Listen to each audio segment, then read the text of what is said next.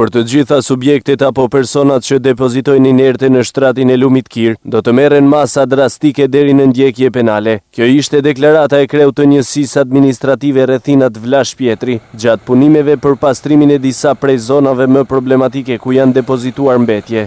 Mbetjet vinë nga Rrethina jashta njësisë tonë, vinë qoftë për malcismale, pa dashme helfare në kujt, masat do t'jenë drastike, sidomos për materialet inerte. Leta kuptojnë secili. Ati filmohet targa edhe jepet targa organeve përkatëse që merren me atë mund që është inspektorati mjedisit, madje kalon edhe në prokurori edhe njeke për gjesin që i banë. Materialet inerte janë problematika më shqetësuese për njësinë administrative Rrethina, qoftë edhe për bashkinë Shkodër. Pjetri i ri konfirmoi lajmin e publikuar pak ditë më parë në Star Plus sa i përket tenderit të pastrimit në zonë. Sipas tij, firma fituese që do të fillojë punë brenda pak ditësh, do të zgjidhë përfundimisht problemin e mbetjeve në njësi. Firma ka fituar tendrin edhe pritet shumë shpejt dalim zbashmete me kontinjer. Firma do të ketë një supervizor të emëruar nga Bashkia Shkodër.